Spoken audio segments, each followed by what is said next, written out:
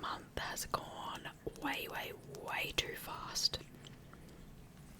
I'm not comfortable with how quickly it has gone. I had plenty of spare time this month, so I managed to read 19 books. That is correct, you did not mishear me.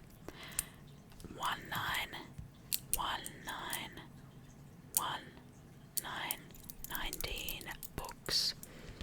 So I think that we just need to get straight into this video because I have a feeling it's going to be a long one. The first book that I read this month is called The Eyes of Gaza, and this is by Aliquot. This was quite a heavy book to start off the month, but I am so glad that I read it.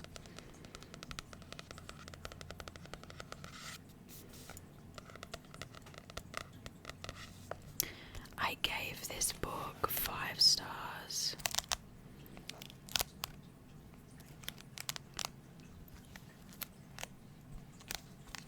And this is one of those ones that I think every single person should have to read.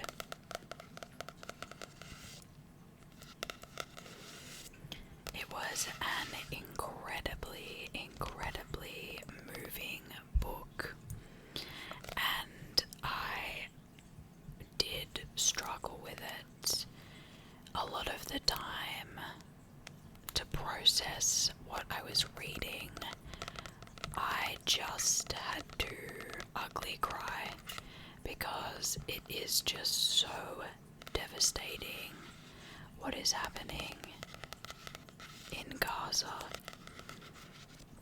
And I think that Plestia is incredibly brave for both being a frontline journalist, but also for publishing this book, which is her raw and unfiltered journal entries.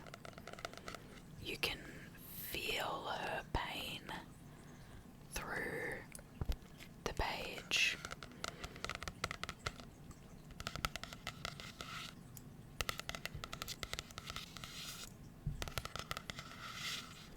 Fortunately, Plestia did manage to escape, but a lot of this book is reckoning with the idea or the fact that she got to escape, and so many of her friends and family and community didn't get that opportunity, and so many of them aren't alive anymore.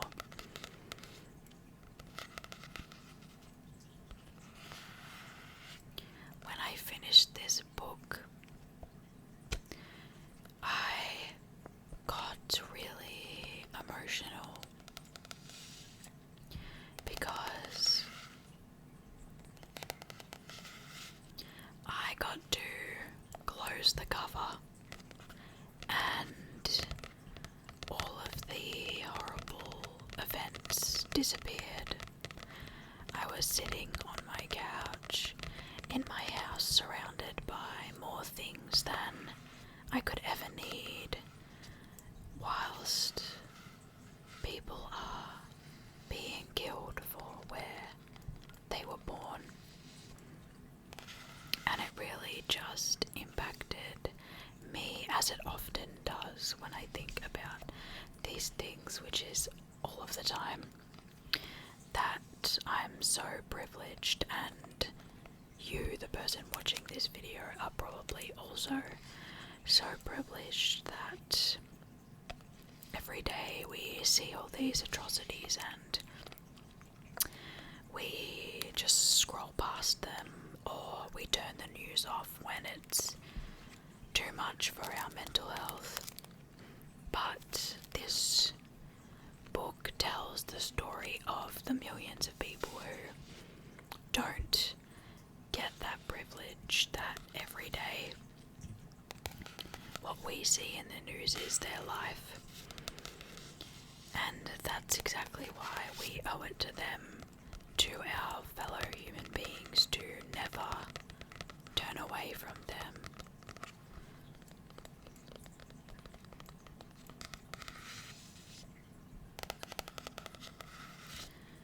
So I definitely recommend this book, but I will warn you, it is very, very heavy. I'll read you some quotes just to get an idea, but don't let that dissuade you.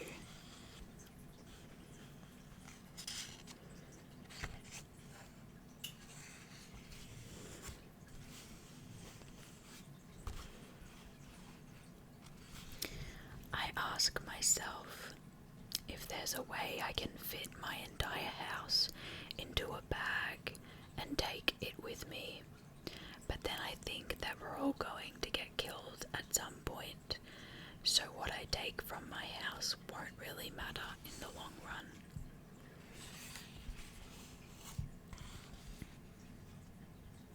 I gratefully share the blanket. The whole interaction means the world to me.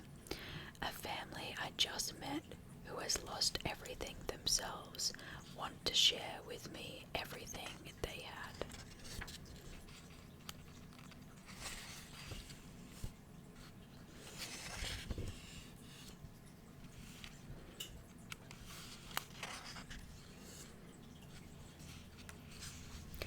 Imagine yourself in their shoes. You're displaced, living in a tent in a yard, and with no notice, Israel fires a missile directly at you. Most of the time they strike you with a drone, a machine from afar, branded with a US Arms Dealers logo, and then you either die or live to see others murdered and mutilated with amputated limbs, and that's your life.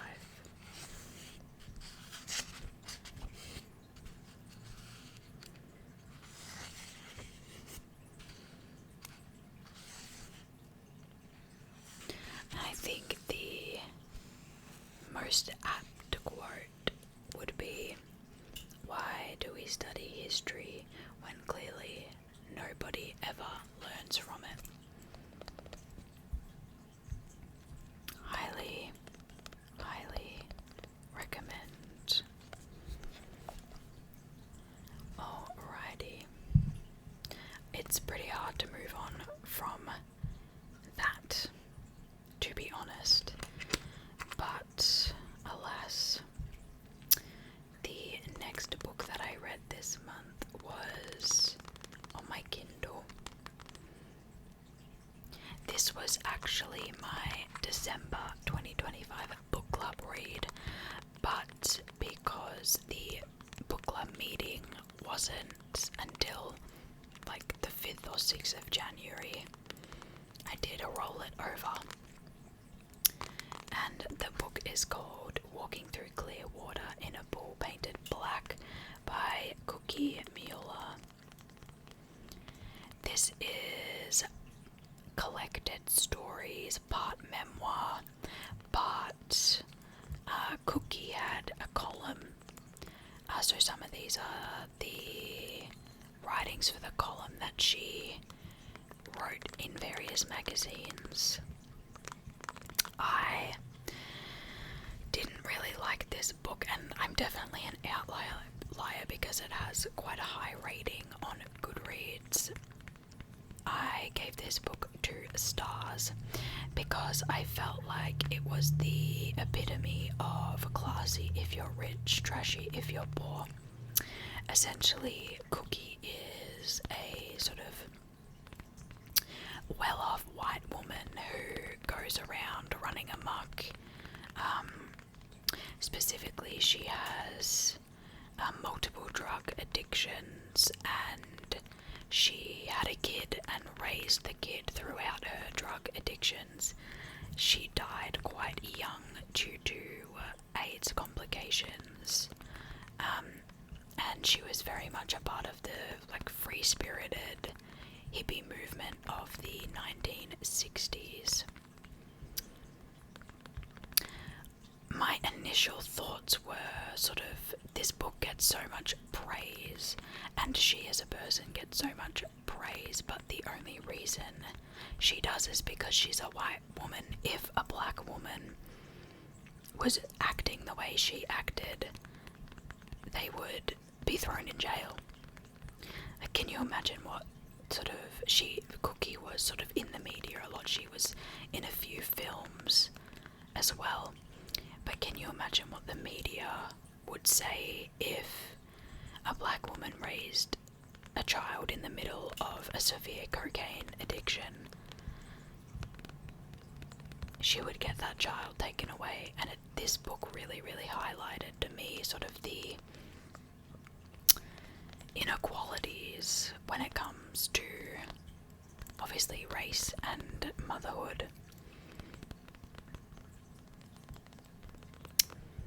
I think as well, this book sort of does a lot of glorifying in terms of the drug use. Again, another example of classy if you're rich, trashy if you're poor.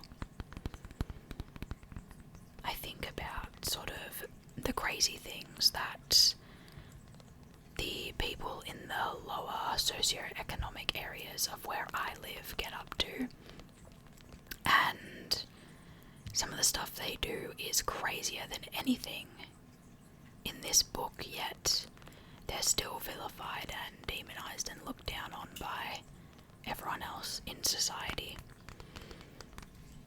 This book definitely sort of glorifies the drug use, and specifically like the things you get up to in the middle of addiction. I will say, I think that Cookie had a very optimistic outlook on life. She did go through a lot of sort of traumatic events, and the way she handled it was, I would say, interesting, because I certainly wouldn't be able to handle it that way, and you sort of can't really tell whether her response to trauma is to completely block it out, but it continues to sort of deep down eat her inside. You can't really tell, and I don't want to speculate, but from the way she writes, it does seem as though she really bounces back quite easy and doesn't let things affect her too much. That could also be the drug use, though. My other criticism of this book is that it really, really went on for way too long. The columns that she wrote were some, hit or miss. There was one column, though, which I thought was insane, where she pretended to be a doctor and people would write into her for medical advice. That is crazy work and would never fly today.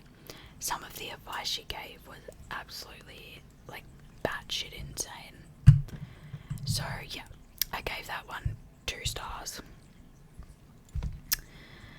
The next book I read was Phosphorescence.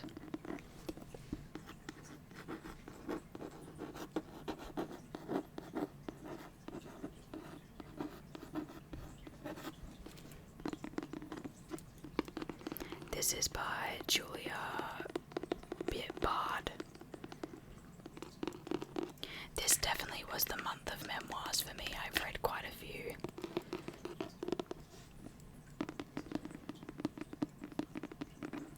This is probably the most stunning book cover I've ever seen. Absolutely beautiful.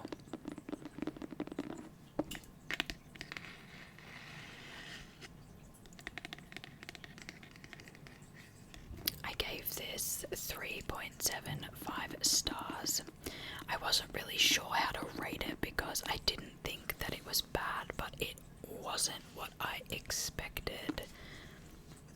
Here it says, on awe, wonder, and things that sustain you when the world goes dark. So I thought it was going to be like a scientific / philosophical exploration of awe and wonder, but it was definitely more of a self-help memoir.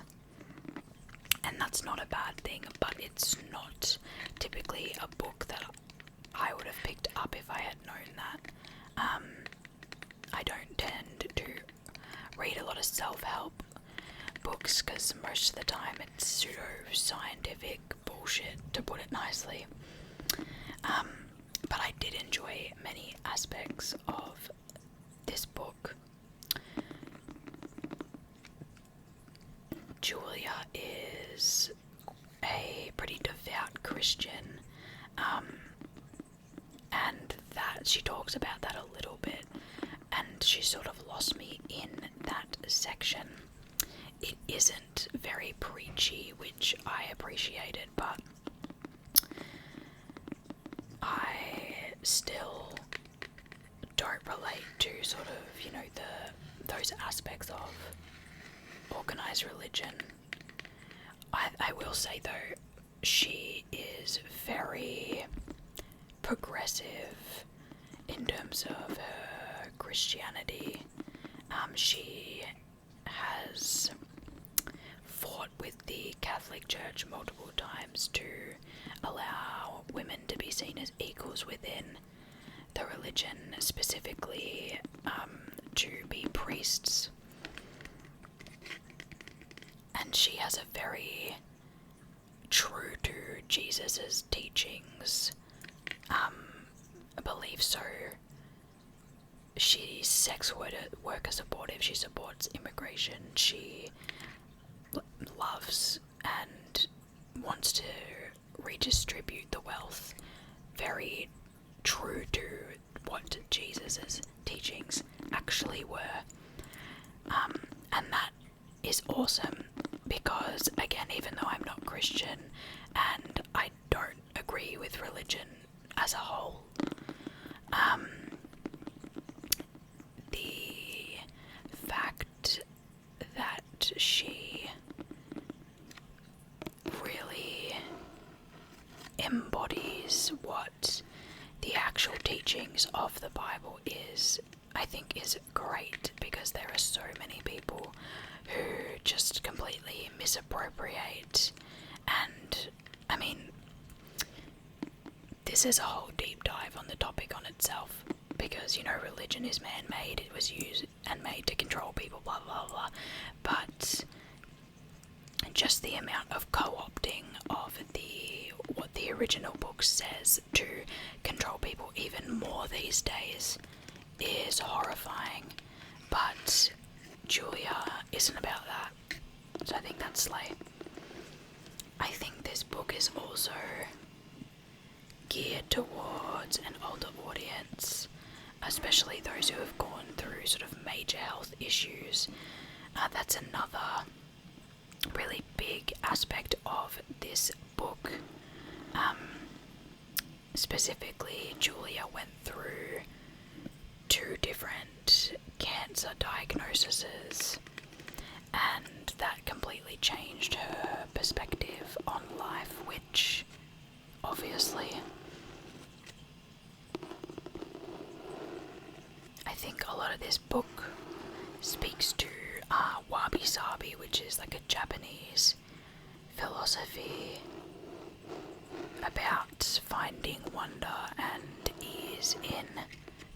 aspects of life.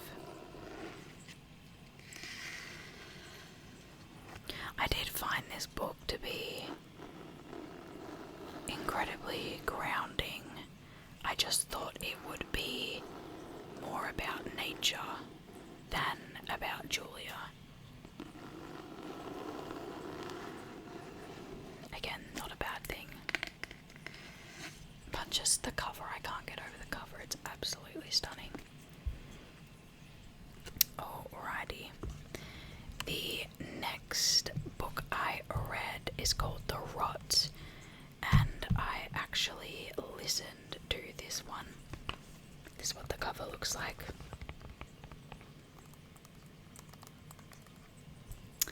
This was a poetry collection. I don't really read that much poetry anymore, but I gave this one 3.5 stars purely because it was my fault. Like I said, I listened to this on audiobook. It's under 100 pages. It's female Marxist rage encapsulated absolutely perfectly. The first quarter of the collection is definitely the strongest for me personally. It was very anti-capitalist, like radical feminist, gifted kid burnout, and that is all too relatable.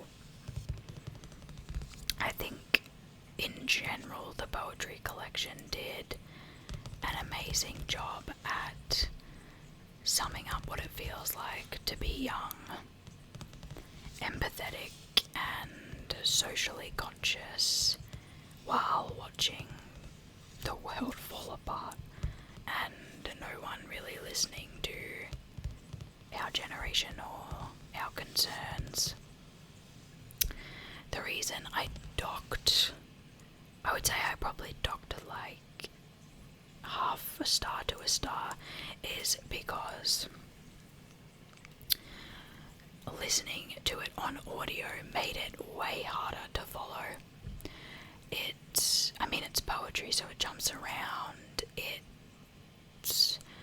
has a very particular flow, and that was really difficult to hear on audio and to sort of make sense of what was happening. So I do recommend it, but I think if you're going to read it, you should get a physical copy of it. The next book that I read is called Mother Mary Comes to Me by Arundhati Joy. This is what the cover looks like. This book was absolutely fantastic. You may recognize the author's name because she wrote The God of Small Things, which was a International Booker Prize winner, and she also wrote The Ministry of Utmost Happiness, which also won a bunch of awards. This book is another memoir. I gave this 5 stars. This was absolutely fantastic.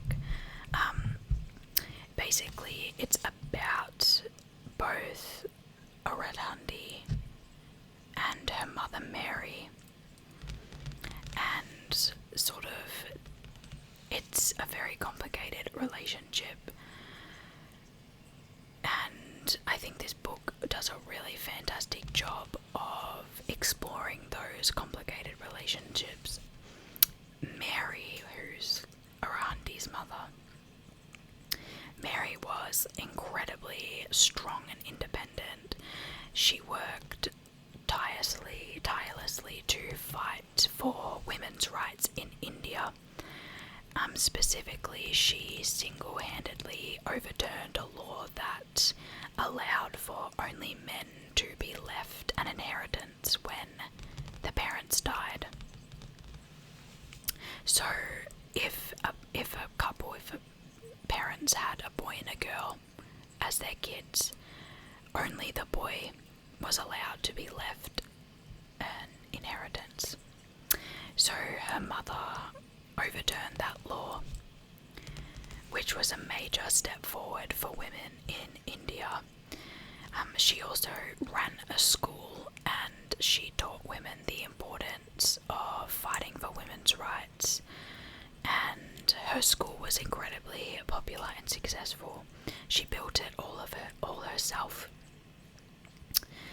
and she also divorced her husband and was a husbandless mother throughout the 60s in India, which was absolutely unheard of, and she was incredibly brave for doing that.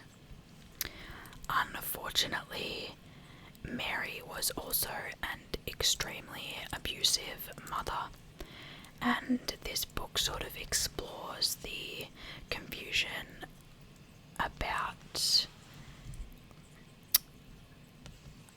Arundhati.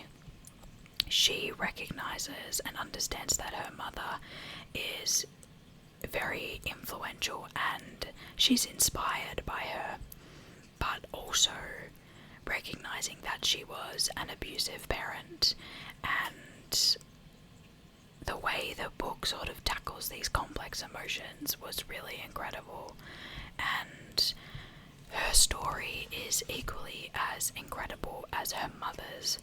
She originally studied architecture in India. She left home at 16, was living in poverty pretty much her whole entire life up to around like 35. She didn't write the Booker winning prize book until she was like in her 40s. It really speaks to sort of you can become successful at any age. I think that especially at the moment with social media, you know, there is this pressure to be successful young, but some of the most influential and successful people didn't find that success until later in life. She's also an activist as well.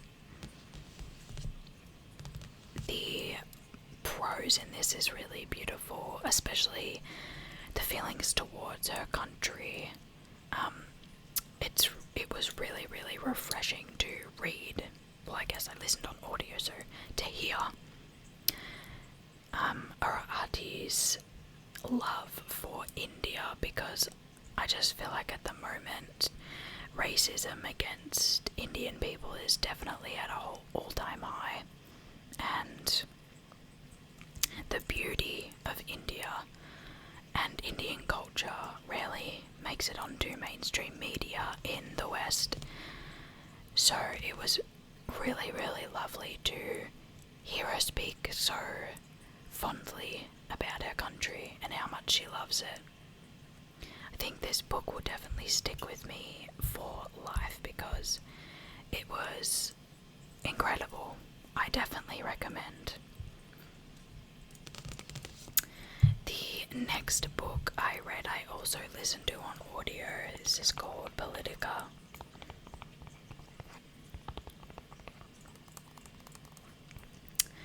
And this is by Yumna Kassab. I gave this one 2.5 stars.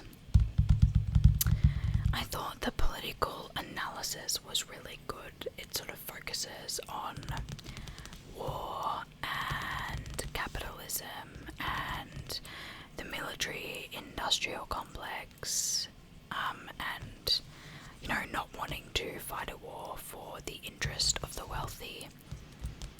The descriptions of war in this were absolutely haunting.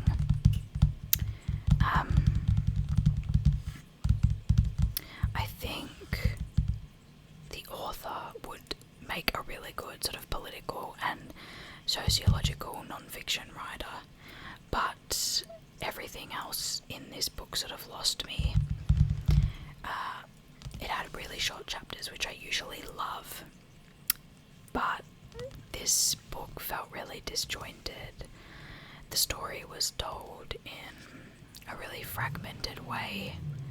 It sort of chopped and changed at the start of each chapter, and there was some like poetry, and then there was that political analysis, and then there was the actual story. And I don't know whether it was just an issue with the audio book, but I just found it really hard to follow. Yeah, I thought the first maybe quarter of the book was really strong, and it started out really strong, but as it got further and further into the book, I felt like it just fell off and became too difficult to follow. There's too many characters trying to do too many things in such a small amount of time and space. This was also quite a short book. I think it's like 150 pages.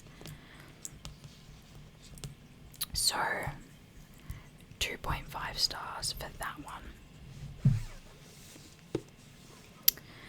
The next book I read this month is 3 Days in June by Anne Tyler.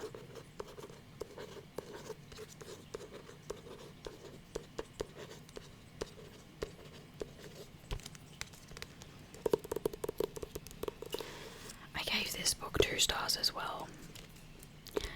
I think this was just very much not for me. Definitely aimed at like divorced mums. It focuses hard on the idea of trying to fill the void when an adult child leaves the nest and sort of dealing with that loneliness. I didn't really find the writing very captivating, and I felt like all of the characters sort of fell into their stereotypes. We had the divorced, older, uptight mum, and then we had the unrecognizable, laid-back dad, the ditzy blonde man obsessed with their daughter, the ditzy man-obsessed woman, the daughter, and then the cheating husband, if that makes sense. So I feel like everyone fell really, really, really into their stereotypes.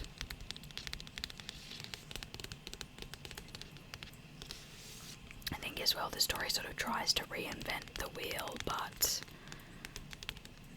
fell really short. And the protagonist, her name is Gail, and she's just insufferable. She's meant to be this socially awkward character, but when she speaks, she only comes out with the most awful things to say. And I was like, yeah, I get it, you're trying to portray like a socially awkward person, but that's not how socially awkward people are, speaking from experience. Just everything she said was possibly the worst thing she could say at the moment, and it was horrible. It was really not pleasant reading the book from her perspective.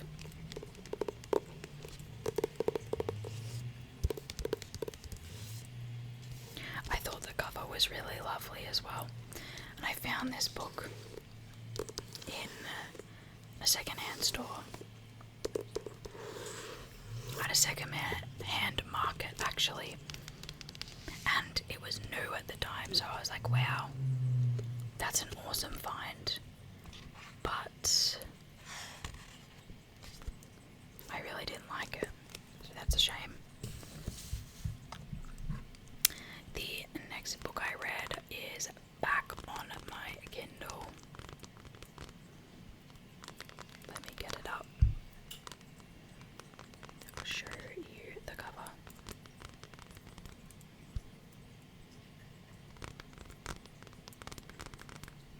It's called Swimming in the Dark by Tomasz Jadłowski. I gave this 4.5 stars. I thought this was really good. It's really beautiful, really heartbreaking, honestly. It's set in 1980s Poland, and relationship, you know, same-sex couples are still illegal. And this couple is quite, they're already at odds because they are a same-sex couple, but they also fall on the opposite sides of the political spectrum, and that obviously causes issues. I loved that Giovanni's room is a pillar to this story. Essentially, one of the characters, Giovanni's room, is a banned book in Poland in the 1980s. I say fictional Poland because I don't know how much of this story is based on true events. And one of the characters gets a hold of this banned book, and it completely changes his life. He finds it very, very relatable. And I just loved how this book sort of built off Giovanni's room and showed how much of an important book it is for young queer people. Due to the structure of this book, we do know how it ends at the very beginning, which is heartbreaking, but it doesn't make the ending any less heartbreaking. It's still so sad. The prose throughout is absolutely stunning, and this is Thomas's debut novel, which I cannot believe because it is so well written. I will definitely be reading everything he puts out. In terms of the themes, it's not necessarily anything new. It's sort of the typical romance, jealousy type situation, but just the way that it's crafted and the writing, it played with me on a different level and connected with me emotionally.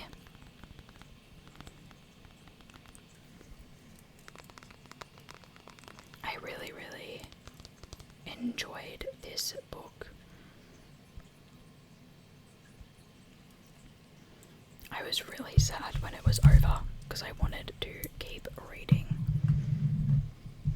Alrighty.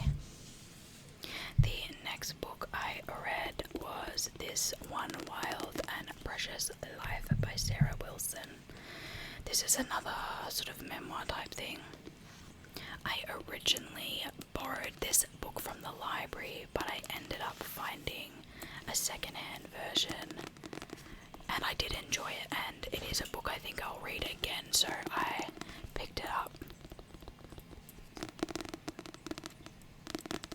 I did enjoy this, but I would say it's not without its criticisms. I gave it 4 stars, but like that's got an asterisk. I think, so this book touches on so many different things. It's really, I don't know how to explain it really, I'll try. It speaks about the climate crisis, about how it is our damn phones,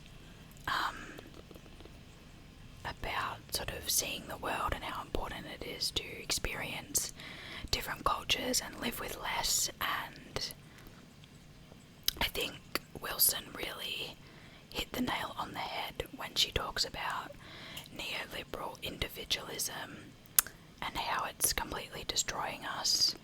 We need a community and we need collectivism to solve our world's issues.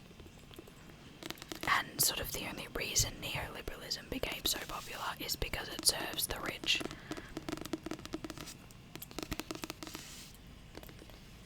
One of the things I did really like about this book is the conversation she has around personal ownership and people's actions, and I know that there is this massive sentiment online that like, oh, why do we have to use paper straws when billionaires can fly around on their private jets and emit all of this CO2?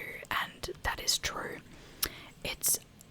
But the whole thing is that it's up to everyone. It's obviously up to the rich to not do that, but it's also up to us to stop consuming so much.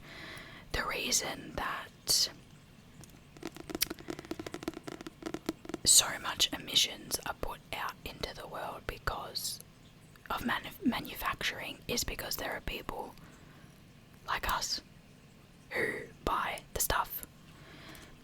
We need to stop consuming. We need to stop supplying the demand.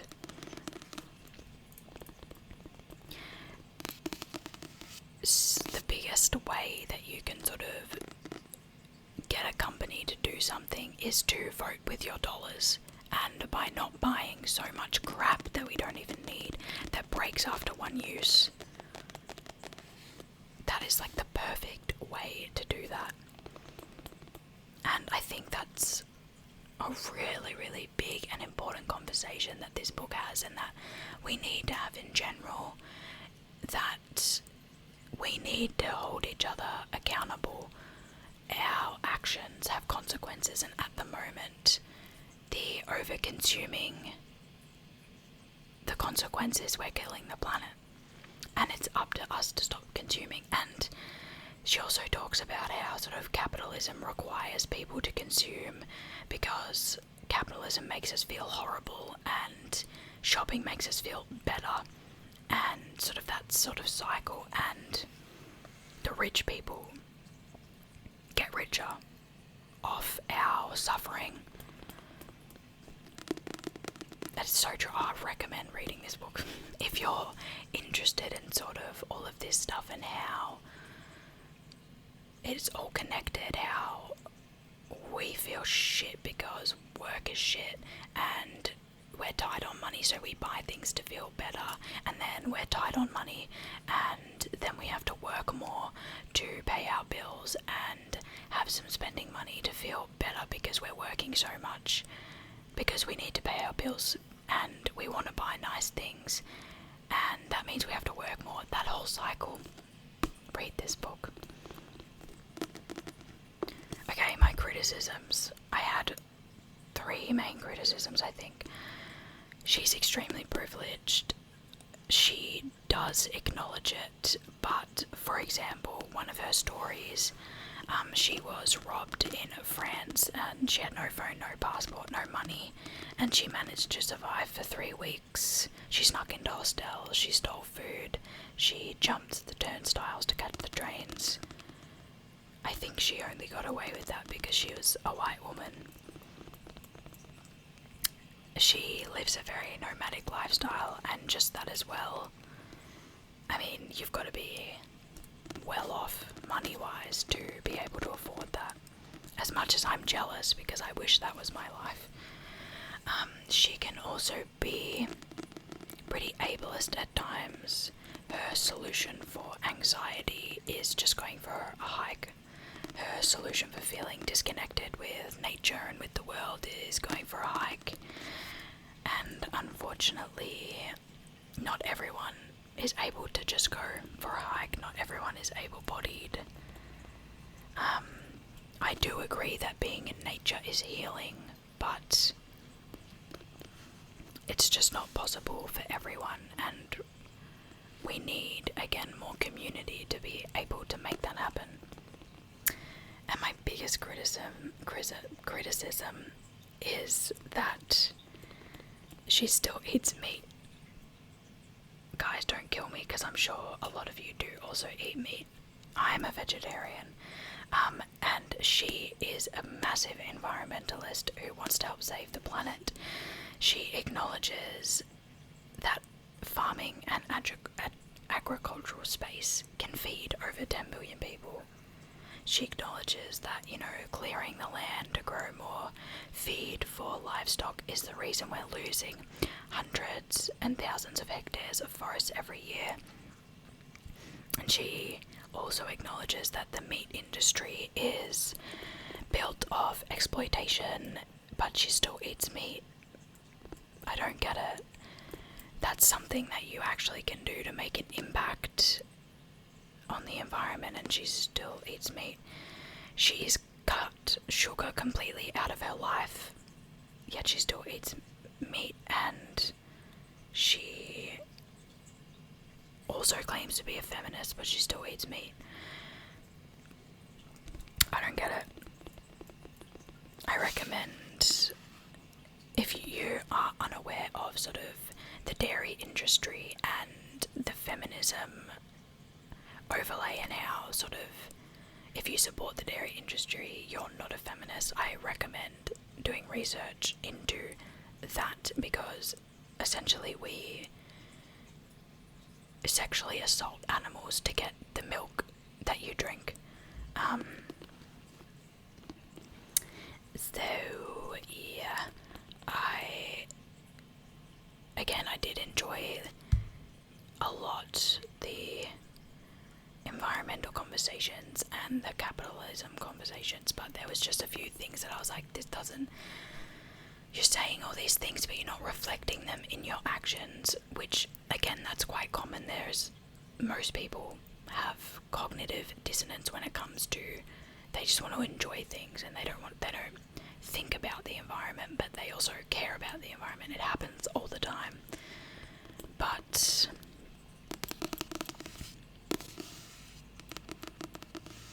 yeah, I do recommend this one though.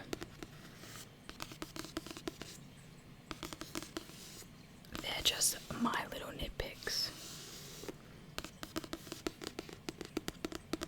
Also, before anyone comes for me, I said I'm a vegetarian, but I don't eat dairy, I don't eat eggs, and yeah, so I'm pretty much almost vegan.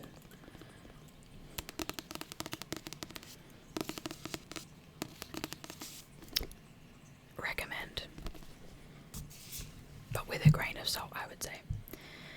The next book I read, I absolutely fell in love with, and that is Clara and the Sun by Kazuo Ishikaru.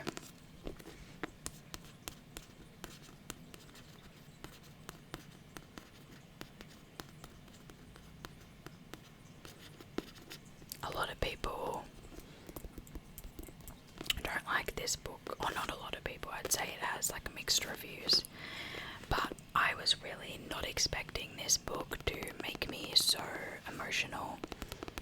There was something so warm about this that I really struggle to put into words, and if you're familiar with my channel, you will know that I'm an AI hater, but Clara's worldview is so unique and complex, yet so simple at the same time, that it makes it beautiful.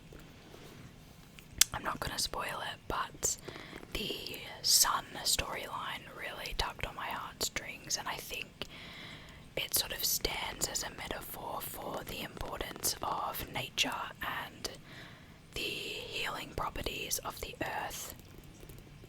And I mean, if even robots hate pollution, why the hell are we still destroying the earth?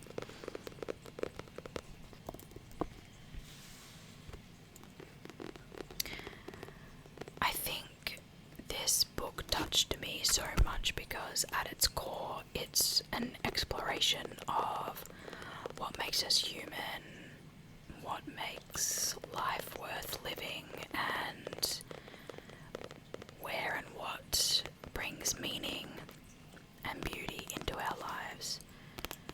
It also speaks about what does it mean to be hopeful, and is hope misguided or one of the most powerful things that we have. And all of these really complex questions are explored through an inquisitive robot. I just thought that was a really unique way at looking at it, because it's completely outside of ourselves. It was really heartbreaking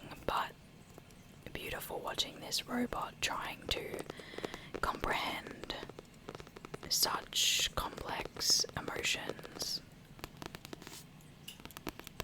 It definitely takes you out of the human experience and forces you to reflect on your life and the things that are important to you.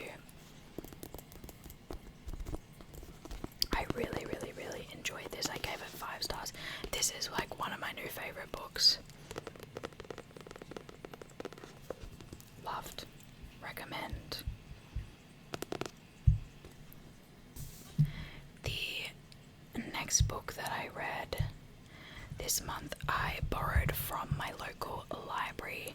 I had to return it, so I don't have it on me physically, but it's called Battlers and Billionaires by Andrew Leigh. This book was interesting. I gave it 3.75 stars. It is a non-fiction book.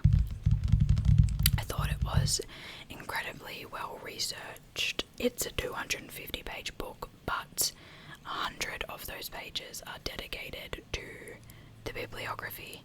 So a lot of research went into it, which I appreciate, and it's very well rounded despite being written by a Labour MP. If you don't know Australian politics, Labour, we have 2 major political parties, the Australian Labour Party and the Liberal Party. The Liberal Party are our Conservative Party, and the Labour Party are our Left Party. There are other parties, but it's too long to explain in this video. So this was written by a Labour MP. Despite that, it is not biased at all. It is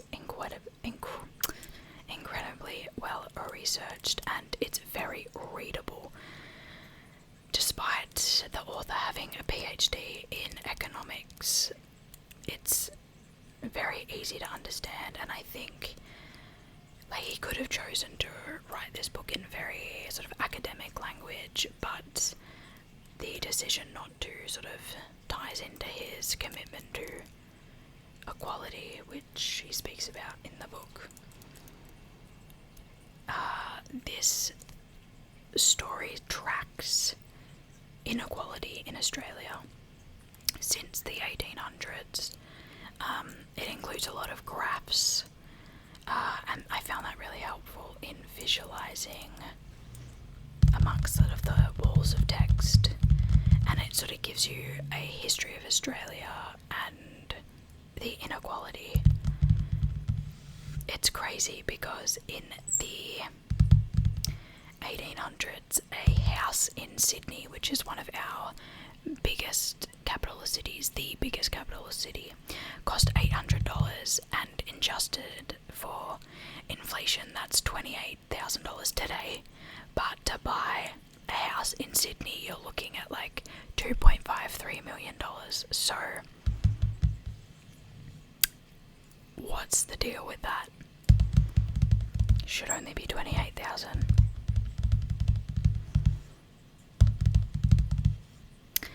The best part about this book, though, is that it's not just, about how bad things have gotten. The author writes a couple of chapters about sort of how we can fix and reverse these inequalities. And the best part is they're not actually very hard to achieve. It's just that it would require rich people to help achieve them, and because they benefit off this inequality, they're not interested.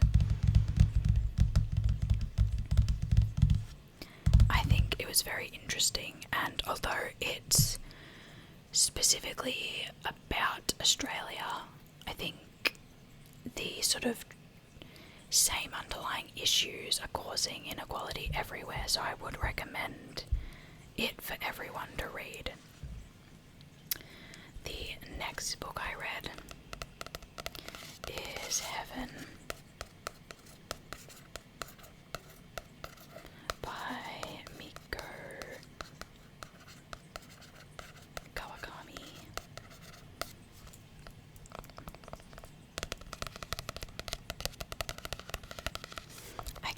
is 2.5 stars. I liked Kawakami's writing in this, but I was not a fan of the message. It's actually possibly the worst message a book about bullying could portray.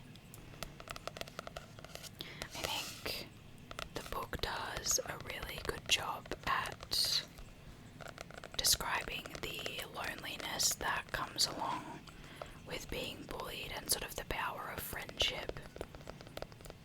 But towards the end of the book, the protagonist has a conversation with one of his bullies, and it is honestly the most psychotic conversation that I've ever read. The bully's essentially like, I don't care that you're upset that I'm bullying you, I don't care about anything. He was like, I would never want someone to treat my sister like this, but I don't care that I'm doing it to you. And I was like, oh my god. But unfortunately, the protagonist really takes that conversation to heart, and the reason he's getting bullied is because he has a lazy eye, and he was never insecure about it really until this conversation, and he ended up getting his lazy eye fixed because of the conversation. And I found that to be such a stark contrast to what the initial message of the book was. The initial message was, you know, being unique is what makes us beautiful. And then at the end, it was like, we'll just let the bully win. I don't know. I just thought it was quite a strange message to convey. I think the initial message of that, like, being different is good and being different is what makes us all unique and beautiful, is the better message to send out than to do something because someone else tells you to, or someone else thinks you should. That's my thoughts on Heaven. The next book I read, sorry if you can hear that there's a helicopter going on above me. I want to read more classics because I've spoken about it before, but I haven't read a lot of the classics. The classics I had to read in school were mainly Greek plays. So like Euripides, Women of Troy, Medea, all of those Greek plays. So I never had to read a lot of these classics that most people do in school. So my classic for the month was Heart of Darkness by Joseph Conrad. I hated this. I gave this 1 star. It is incredibly racist, and for some reason people seem to think this has an anti-colonial sentiment, but I don't know how anyone can read this and think that. Conrad dehumanizes every single black character in this book. He believes that Africa and the people who live in Africa are primitive and uncivilized, and obviously like that goes against everything we know about Africa before colonization. It was incredibly rich and vibrant, both economics wise, culturally wise, everything. It wasn't until after colonization that, people were enslaved.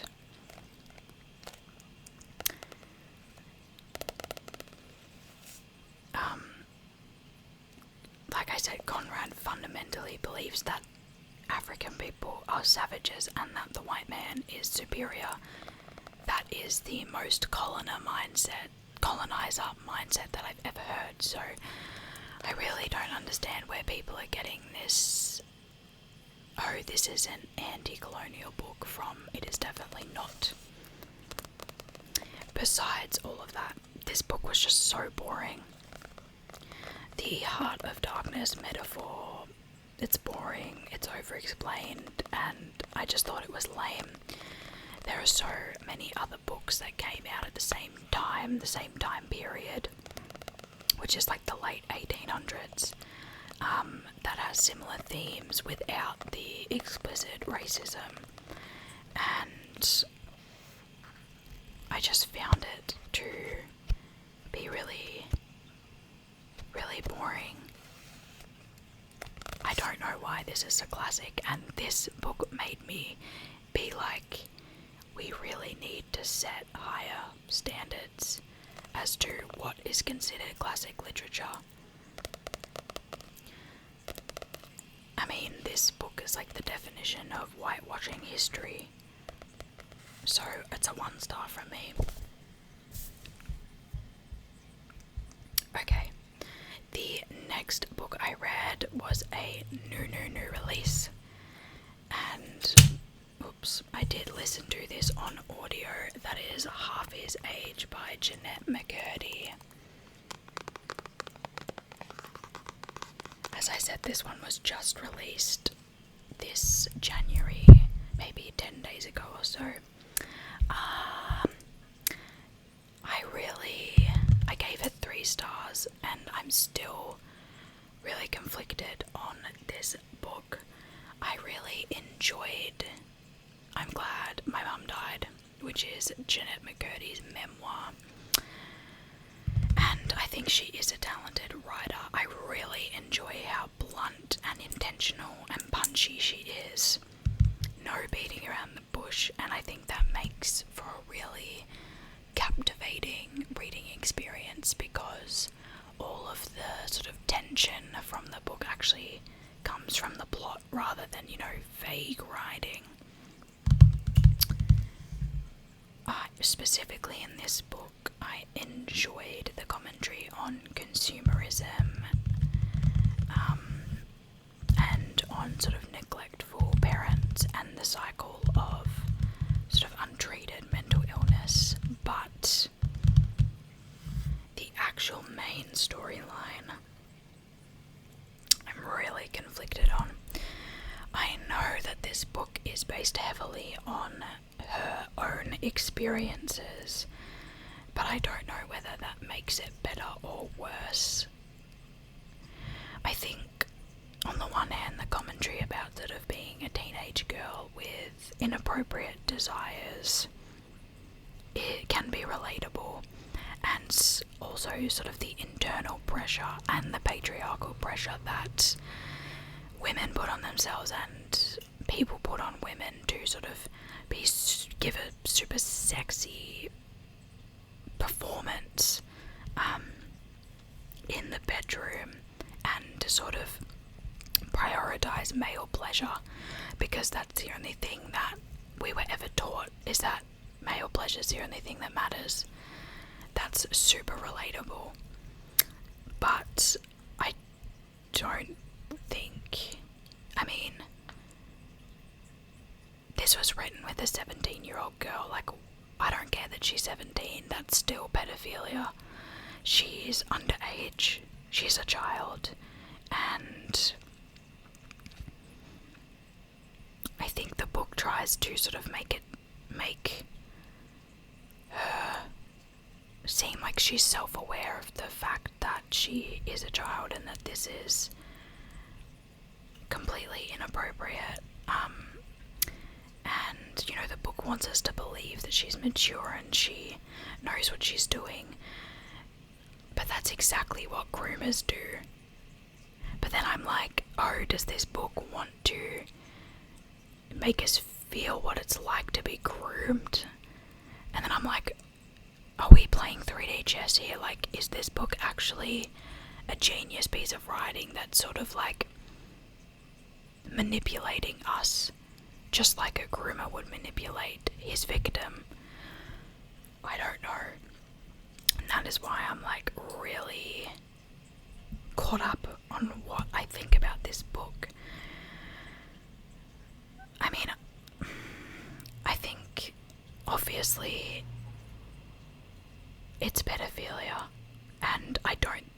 was necessary to include that. I think you could have talked about the same things while having it be like a college student and a professor, someone who is at least above the age of adulthood, or like, you know what I mean, like a 21-year-old college student and the professor. You could still write the same book and it would still serve exactly the same purpose, but it wouldn't be pedophilia. If anyone else has read this book, please let me know what you think, because I would love to talk about it in the comments. So yeah, I gave it 3 stars for now, but that definitely has room to go probably down. The next book I read is a short story collection. If you guys are familiar and watch my channel frequently, you will know that I have a complicated relationship with short stories. I tend to not like them. There's only 2 short story collections that I have liked, and that is Reservoir Bitches and She's Always Hungry. So you will be totally unsurprised to know that I did not like this short story collection. It's called The House Guest by Amparo de Villa. It is translated from Spanish. I really enjoyed the first 2 stories. I thought they were super mysterious and suspenseful, and I wanted that suspense to continue throughout, but the rest of the stories felt really flat for me.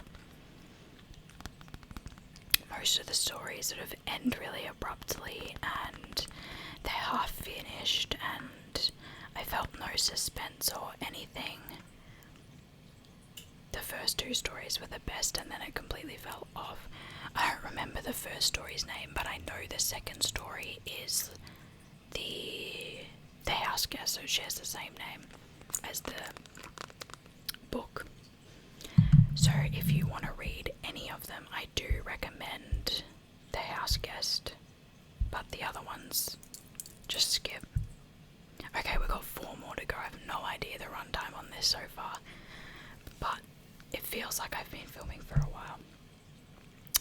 I listened to this next book on audio. It is called Fire Country by Victor, I think it's Stephenson. This book was incredible. I gave this book 5 stars. This is a non-fiction book about Indigenous Australian fire practices. Normally I would go into sort of history of Indigenous Australians, but I feel like I've done that so much on this channel. Just watch my other videos if you're interested, or even better, do your own research.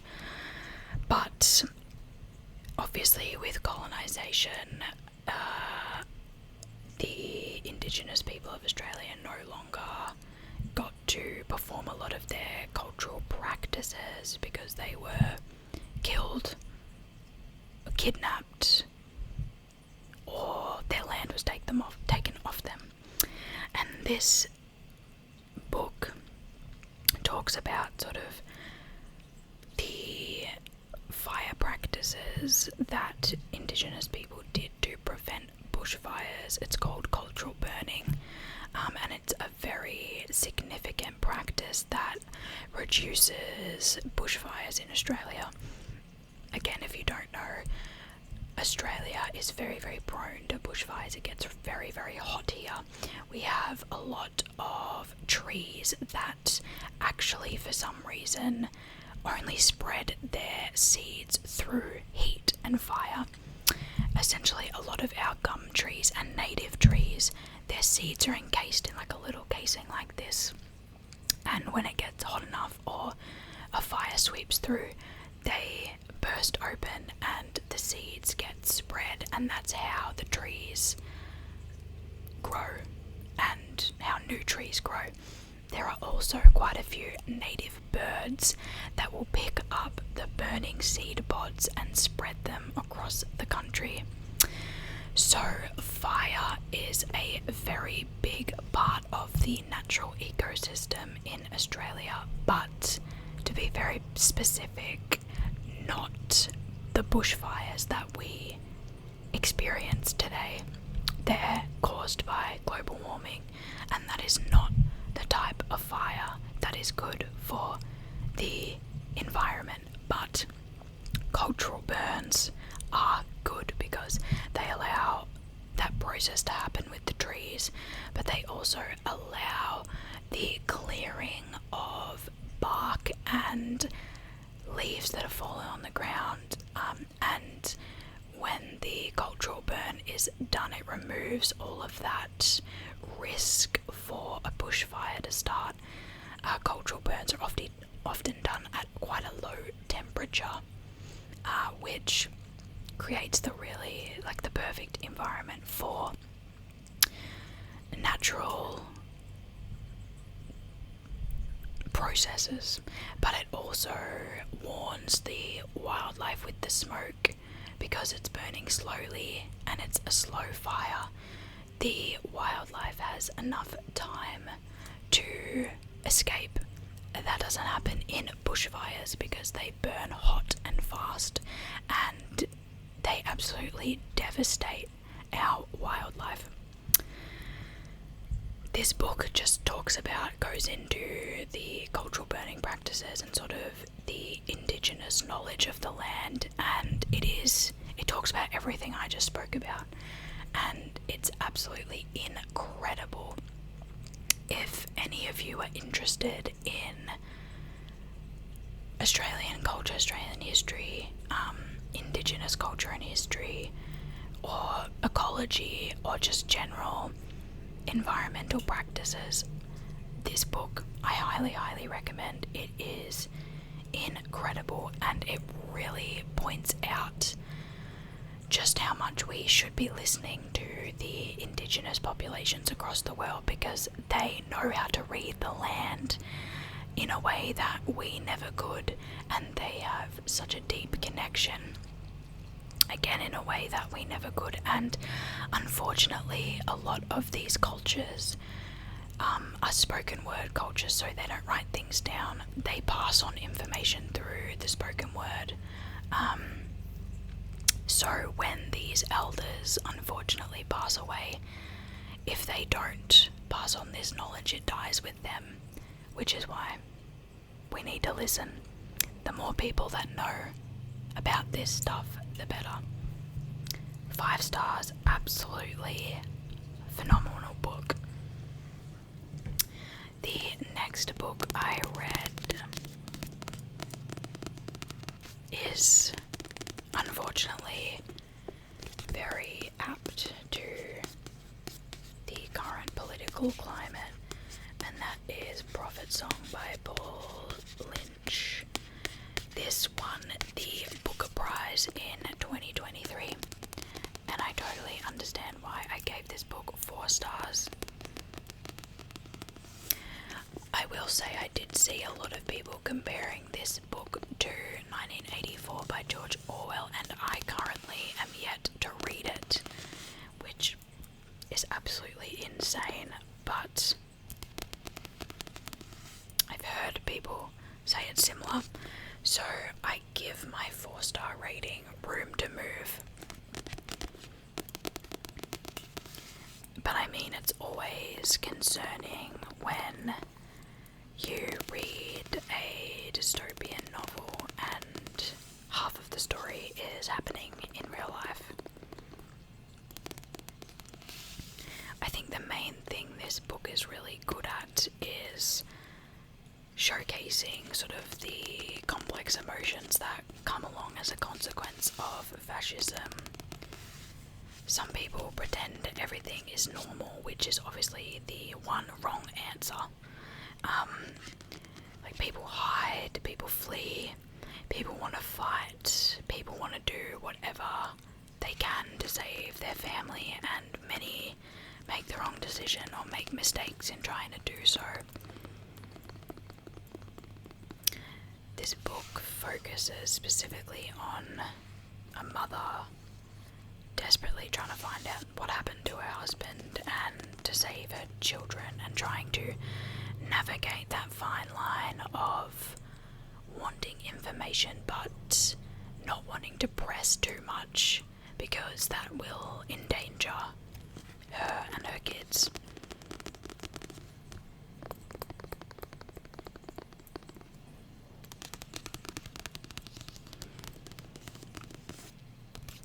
The one thing about this book that really pissed me off though was that there was just no communication between the mum and her kids, and she could have avoided like half of the things that the kids did if she had just sat down and told them what was going on. They kept saying that they didn't understand what was happening, and you know, they wanted to know where their dad was, and the mum just kept sort of deflecting, and they kept misbehaving because of that. They weren't listening to the curfews and putting themselves in danger. But yeah, the mum just really didn't communicate with them. I think this book would have been like this long compared to this long if she had just told them what was going on. Kids aren't stupid, and I think adults don't give them enough credit for how much they can internalize and understand.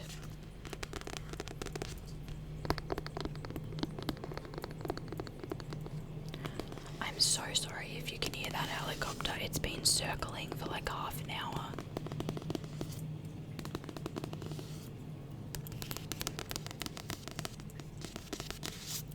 Yeah, I really enjoyed this book, but it was really scary, and I mean, as dystopian novels often are, a warning for what is seemingly to come.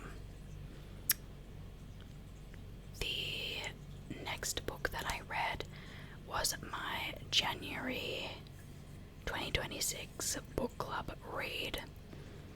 It's called Adelaide, and it's very much not a book that I would normally pick up.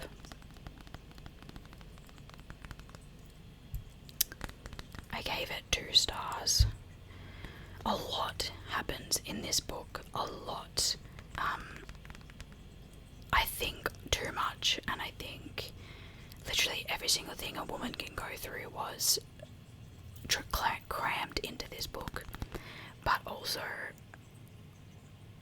nothing happened at the same time.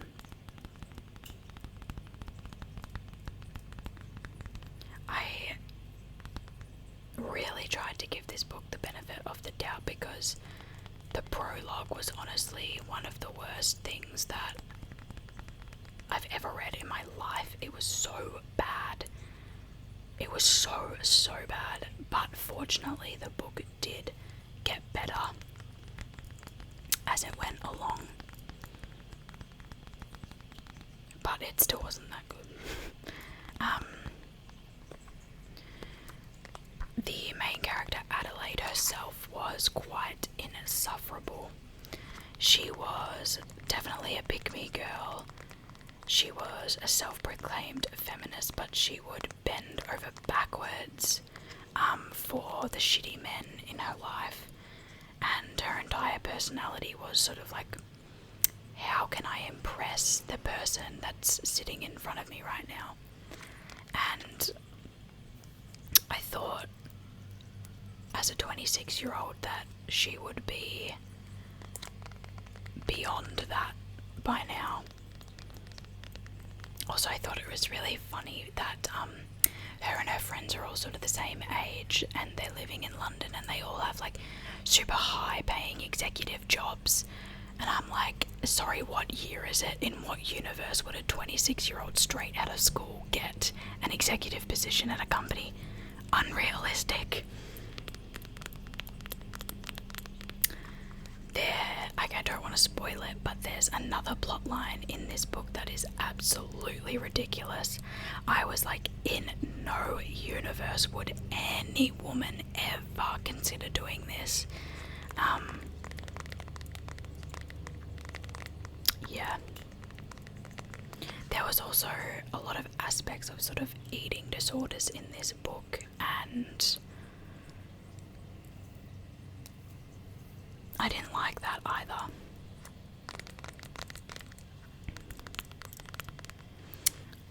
I don't think it was all bad though. The message at the end I think is important, which is basically sort of not letting anyone tell you that you're too much, and it also emphasized the importance of female friendships, which should always get more love than it does. But overall, it was a 2-star book for me. I didn't really like it. Okay, we are on to the last book that I read this month. It is called Fierce Land by Omar Musa. I gave this book 3.75 stars. It wasn't bad, but I struggled to connect with the characters.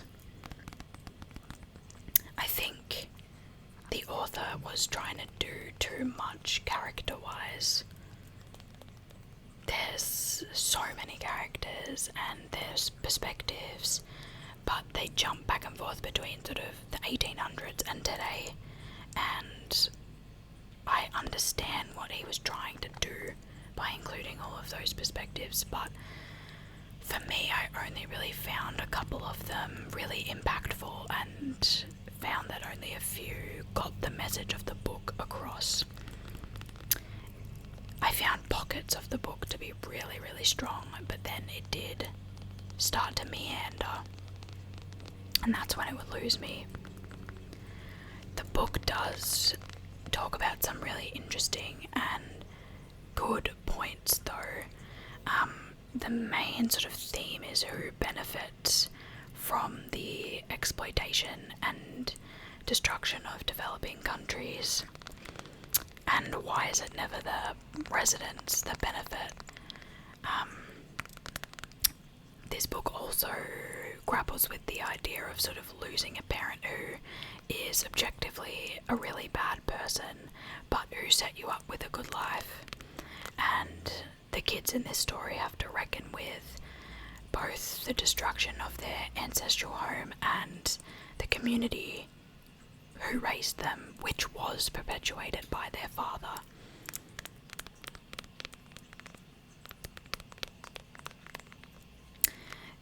This book is set between the rainforests of Borneo, which specifically the area of Borneo that's in Malaysia, and it also is set between Sydney, Australia. But I thought the rich descriptions of the forests were incredible. Absolutely stunning, stunning, stunning writing.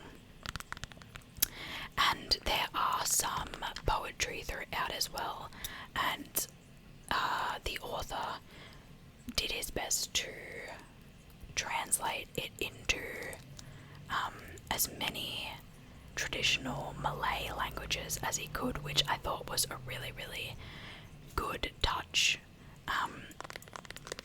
Obviously, like, there's one in English, but then at the end there's a poetry that's included, and there's about 20 pages of it translated into different Malay languages, and yeah, I just thought that was a really nice touch. So I did think that it was an interesting conversation to have, but I think it should have been cut down to be more effective and effectively get that message across better. Oh my god, that was a time. That was an effort. We have come to the end of my January 2026 reading wrap-up. Thank you so much for watching. If you enjoyed this video, please give it a thumbs up. Leave me a comment down below if you've read any of those books. And don't forget, of course, to subscribe to my channel. I'm going to see what this helicopter is circling for. Have a really, really good rest of your day or evening, and I will see you in the next video. Bye.